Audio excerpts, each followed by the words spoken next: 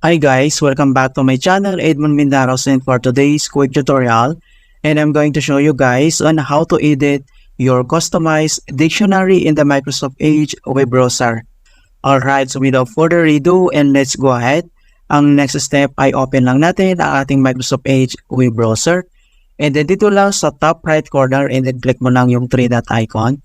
And then next ay kailangan mo lang select dito yung settings. And then dito sa settings, scroll down at select mo lang dito yung language. So, click mo lang dito.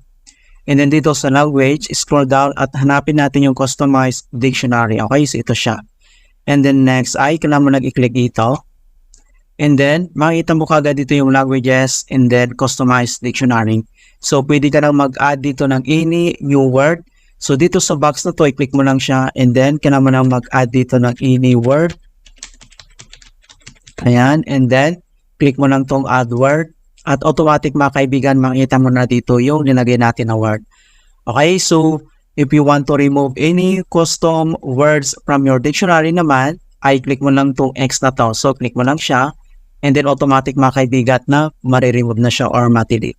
Alright, so ganun lang po kasimple kung paano natin i-edit your customized dictionaries in Microsoft Edge.